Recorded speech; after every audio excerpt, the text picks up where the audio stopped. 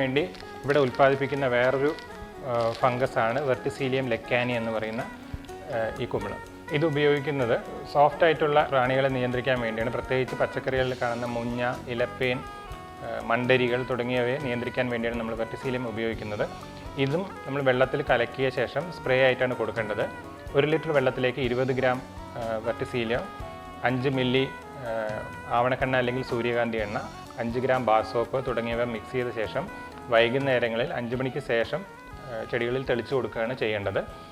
Mealy മൂട്ടകൾക്കെതിരെ നമ്മൾ ഉപയോഗിക്കുന്ന സമയത്ത് 10 ദിവസം കഴിഞ്ഞ ശേഷം വീണ്ടും ഒരു സ്പ്രേ കൂടെ കൊടുത്താൽ മാത്രമേ നമുക്കിതിൻ്റെ പൂർണ്ണമായിട്ടുള്ള ഫലം ലഭിക്കുകയുള്ളൂ. രോഗത്തിന് ചികിത്സയല്ല, രോഗം വരാതെ കാക്കലാണ് ലക്ഷ്യം. നെൽവിത്തിലൂടെ കടന്നുകൂടുന്ന രോഗങ്ങളും നിയന്ത്രിതമാണ് വിത്തുപരിചരണത്തിലൂടെ.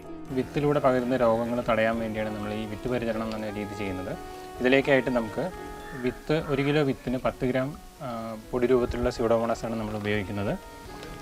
ആദ്യമായിട്ട് വെള്ളത്തിലിട്ട് പതിര് കളഞ്ഞ 1 കിലോ വിത്ത് എടുത്ത ശേഷം നമ്മൾ 10 ഗ്രാം സ്യൂഡോമോണാസ് നമ്മൾ അളന്ന് എടുത്ത ശേഷം ഈ എടുത്തു വെച്ചിരിക്കുന്ന വെള്ളത്തിലേക്ക് ഇട്ട് നല്ലപോലെ ഇളക്കുക.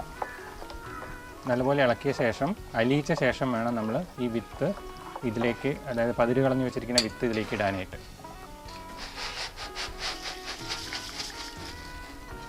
അതിനുശേഷം നല്ലപോലെ ഇളക്കിയ ശേഷം 12 മണിക്കൂർ ഇതുപോലെ വെച്ച ശേഷം വെള്ളം വാർത്ത് കളഞ്ഞ് മുളയ്ക്കാനായിട്ട് വെക്കുക.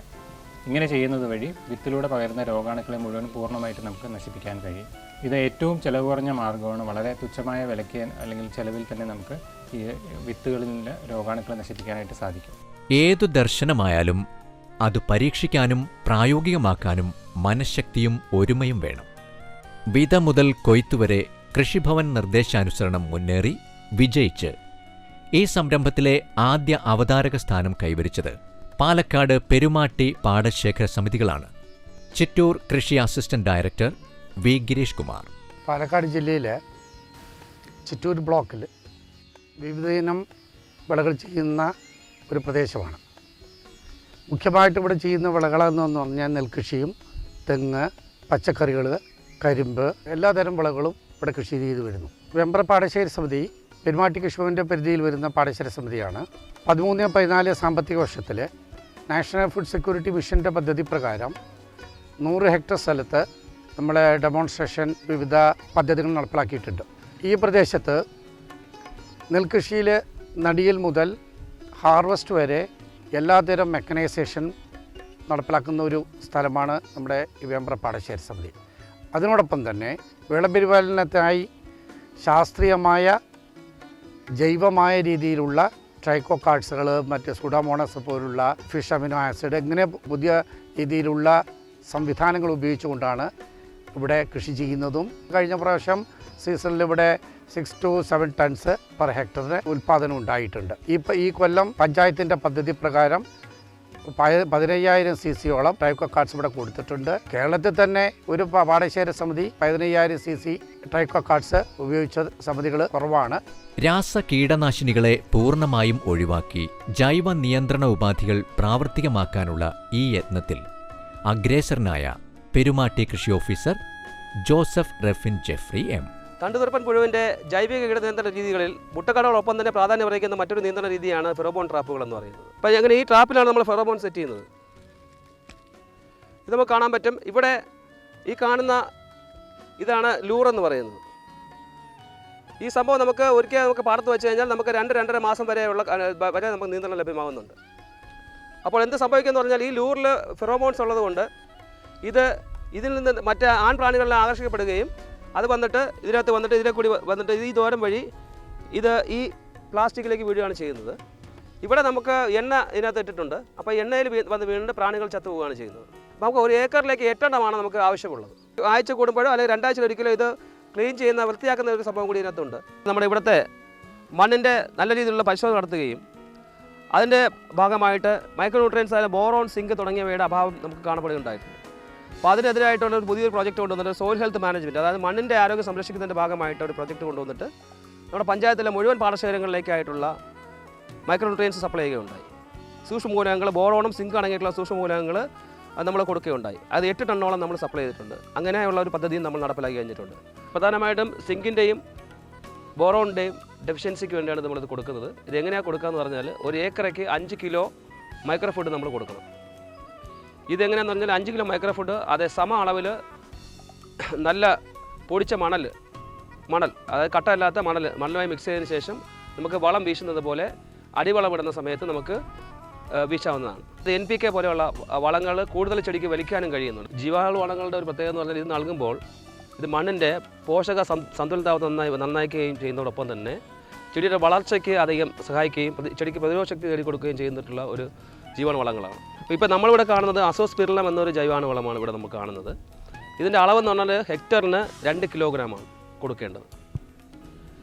അന്തരീക്ഷത്തിലുള്ള നൈട്രജനെ ആഗിരണം ചെയ്ത് ചെടിക്ക് കൊടുക്കാൻ കഴിയുന്ന ഒരു ജീവാണു വളമാണ്. ഇത് നൽകുന്നത് എങ്ങനെയാണെന്ന് വെച്ചാൽ അടിവളമായിട്ട് നമുക്ക് ജൈവവളം കൊടുക്കുന്ന സമയത്ത് 25 കിലോ ഉണക്കിപ്പൊടിച്ച ചാണകത്തോടൊപ്പം 2 കിലോ അസോസ്പിരില്ലം അത് മിക്സ് ചെയ്തിട്ട് നമുക്ക് എറിഞ്ഞു കൊടുക്കാവുന്നതാണ്. അടിവളമായിട്ടാണ് നൽകുന്നത്.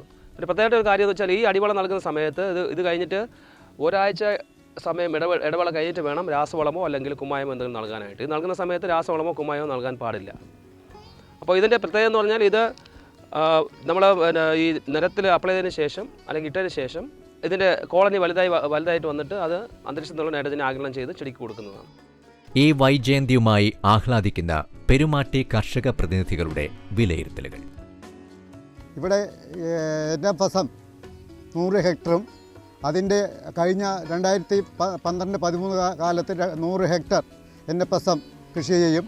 അതിന് മെച്ചം കൃഷിക്കാർ മനസ്സിലാക്കിയതിൻ്റെ ബേസിൽ 2014-15 വർഷത്തേക്ക് 2ാം വിളക്കാണ് ഇതിൽ ഏറ്റവും കൂടുതൽ കൃഷിയുടെ മെച്ചപ്പെടുത്തുന്നതിന് വേണ്ടി NFSM രീതി വിട്ട് മെഷീനറി മുഖാന്തരം നടീൽ നടത്തുകയും രോഗകീടങ്ങളെ നശിപ്പിക്കുന്നതിന് വേണ്ടി ട്രൈക്കോകാർഡ്, അസോസ്പിരില്ലം, സൂഡാമോണസ് എന്നിവ ഉപയോഗിക്കുകയും നേരത്തെ രാസവളങ്ങൾ ഉപയോഗിച്ച് കിട്ടിക്കൊണ്ടിരിക്കുന്ന വിളവ് 2200 കിലോ 2500 ആണെങ്കിൽ ഇപ്പോൾ ഇത് ഉപയോഗിച്ച ശേഷം 3250 വരെ വിളവെടുക്കാൻ കർഷകർക്ക് സാധിച്ചു. ജൈവ കീടനാശിനികൾ ഉപയോഗിച്ചുള്ള കൃഷിരീതിയാണ് അവലംബിക്കുന്നത്. അത് കാരണം ട്രൈക്കോകാർഡ് ഇങ്ങനെയുള്ള മുട്ടക്കാർഡുകൾ നട്ട് 10 ദിവസം കഴിഞ്ഞതും ഉപയോഗിക്കാൻ തുടങ്ങി. അപ്പോൾ 5 പ്രാവശ്യം ആയിട്ടാണ് ഉപയോഗിച്ചത്. പെരുമാട്ടി പഞ്ചായത്തിലെ മുഴുവൻ കൃഷിക്കാരും ഈ പ്രകാരമാണ് ചെയ്തിരിക്കുന്നത്. ഞാൻ പെരുമാട്ടി കൃഷിഭവൻ്റെ കീഴിലുള്ള വീട്ടുകുഴി പാടശേഖര സമിതിയുടെ സെക്രട്ടറിയാണ്. പേര് മോഹനൻ. ഇത് നട്ട് 7 ദിവസത്തിന് ശേഷം ആദ്യത്തെ മുട്ടക്കാർഡ് വയ്ക്കുകയും അതേപോലെ തുടർച്ചയായി 7ാം ദിവസം വീതം അതിൻ്റെ കാർഡ് തുടർച്ചയായി ഉപയോഗിച്ചെങ്കിൽ മാത്രമേ അതിൻ്റെ പൂർണ്ണമായിട്ടുള്ള ഉപയോഗം കിട്ടുകയുള്ളൂ. 2300ഓളം കർഷകർ ഉൾപ്പെട്ട 21ലേറെ പാടശേഖര സമിതികൾ ഇപ്പോൾ ഈ സംരംഭത്തിനു പിന്നിൽ അണിചേർന്നിരിക്കുന്നു. വിഷലിപ്തമല്ലാത്ത ആഹാര ലഭ്യത, സുസ്ഥിരമായ കൃഷി പദ്ധതി, കർഷകരുടെ ആവേശം സംസ്ഥാന ബയോ കൺട്രോൾ ലാബിന് ശക്തി പകരട്ടെ. കൂടുതൽ വിവരങ്ങൾക്ക് സംസ്ഥാന bio control lab, Mannuthy post, phone 0487 237 4604.